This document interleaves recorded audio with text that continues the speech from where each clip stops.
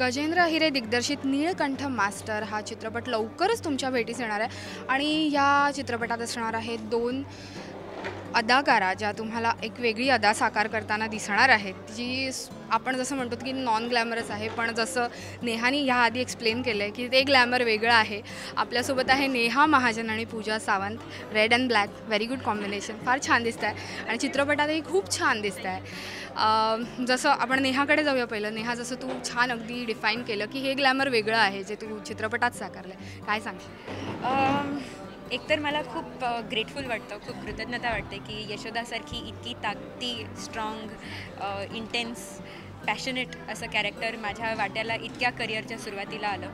आणि मगाशी मी म्हणाले तसं की ग्लॅमर म्हणजे चांगले गाऊन्स आणि लिपस्टिक आणि हेअरस्टाईल नसते, तर कुठलं तरी एक साध्य आपल्याला करायचं आहे, कुठलं तरी कशाचा तरी शोध आहे, कशाचं तरी म्हणजे प्राण गेले तरी चालतील, पण मला काहीतरी हवं आहे, अशा प्रकारची जी एक उत्कट आणि अत्यंत मनापासून आलेली तिची धडपड जी आहे, तिचं प्रेम जे आहे, तिचं प्रेमही तसंच आहे. म्हणजे ती नुसतंच दारुगोळे बंदुकी अशी ती आहेच आहे. म्हणजे ती क्रांतिकारी, त्या काळातलं देशप्रेम, त्या काळातली एक नशा वेगळी होती.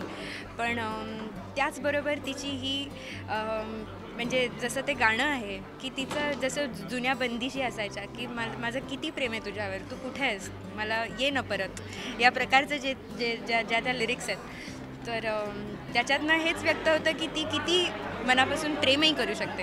त्यामुळे माझ्यासाठी Yashoda is magnificent. I love हर.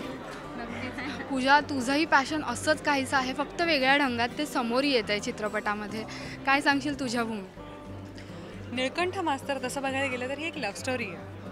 म्हणजे या फिल्ममध्ये मी इंदू नावाचे कॅरेक्टर करते आणि तिचं अतिशय प्रेम आहे तिच्या मित्रावर, पण मित्राचं प्रेम आहे देशावर. सो इंदू हे कॅरेक्टर, तिला फक्त प्रेम करायचं एवढंच माहिती आहे. तिला त्याच्याशी लग्न करायचं आहे, ती खूप प्रेम करते त्याच्यावर, ती त्याच्यासाठी गाणं गाते, त्याच्या मागे मागे फिरते. असं हे कॅरेक्टर करताना खूप मजा आली. आणि तुम्ही ट्रेलर पाहिला असेल की ट्रेलरमध्ये 2 शेड्स आहेत माझ्या कॅरेक्टरला. सो आधीची इंदू आणि नंतरची इंदू, ती जेव्हा नऊवारीच्या पेहरावात आहे बसली आणि पाळण्यावर बसून ती जेव्हा मागे वळून बघते, हा डिफरन्स साकारणं थोडं डिफिकल्ट होतं आणि ते कळायला फार वेळ गेला. खूपदा वाचन केलं आम्ही सगळ्यांनी, सीन्सचं वाचन केलं, तेव्हा कुठे जाऊन ही इंदू साकारता आली आहे आणि हे एक आव्हानच आहे असं म्हणेन मी. लेट्स होप नाव. नक्कीच फार छान दिसत आहे दोघी. ह्यात एक सांगायचं झालं की अजय अतुल यांचं म्युझिक चित्रपटाला लाभणं आणि पाहायला गेलं तर नेहा आणि पूजा दोघीही अगदी करिअरच्या नुकत्या टप्प्यात आहात आणि त्याच्यात अजय अतुल मिळाले आहेत. नक्कीच it's a big thing to you. काय सांग? म्हणजे मला वाटतं या सिनेमातला प्रत्येक पैलू हा दर्जेदार आहे. जसं आहिरे सरांची गोष्ट, त्यांचं पठारे सरांसारखे इतके मनस्वी प्रोड्युसर्स, तसंच अजय अतुलसारखे इतके अनुभवी आणि सेन्सिटिव्ह म्युझिशियन्स. त्यामुळे मला खरोखरच ग्रेट वाटतं. मला आय एम रिअली हॅपी. नक्कीच पूजा, तुझ्यासाठी हा आणखी एक वेगळं कॉम्बिनेशन आहे. अजय अतुल यांच्या गाण्यावरती तू कोरिओग्राफ केलेला आहेस. काय सांगशील? हे जरा आणि स्वतःलाच हे जरा जास्तच झालं.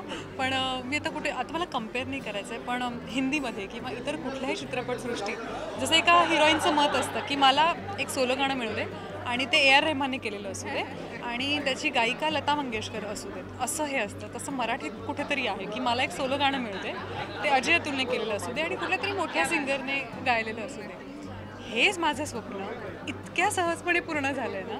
त्यामुळे आणि त्यात गजेंद्र सरांचा फोन येतो की आपल्याला कोरिओग्राफर कोणी नाही आहे या गाण्याला, आपणच कोरिओग्राफ करायचं आहे. तो धक्का, तो नर्वसनेस, हे सगळं इतकं जुळून आलं ना. त्यामुळे आज म्युझिक लॉन्चला मी गाणं पाहिलं आणि ड्रीम कम ट्रू. जसं अजय अतुल यांनी म्युझिक दिलं आहे तर तसं एक हंगामी म्युझिक झालं आहे. तुला अगदी पावसाळ्याच्या मुहूर्तावर पावसाळ्याचं गाणं मिळालं आहे, 15 ऑगस्टच्या मुहूर्तावर वंदे मातरम गाणं मिळालं आहे. तर ही फुल पॅकेज डील तुमच्याकडे आलेली आहे. आता चित्रपट रिलीज होणार आहे, काय उत्सुकता आहे, कसं वाटतं? माझ्यासाठी खूप स्पेशल फिल्म आहे आणि म्हणून मला आशा आहे की ज्या उत्साहाने, ज्या पॅशननी आम्ही हा सिनेमा पूर्ण केला. तसंच लोकांनीसुद्धा भरभरून या सिनेमाला यावं, बघावं आणि जो काय फीडबॅक असेल तो आम्हाला खरंच आवर्जून कळवावा.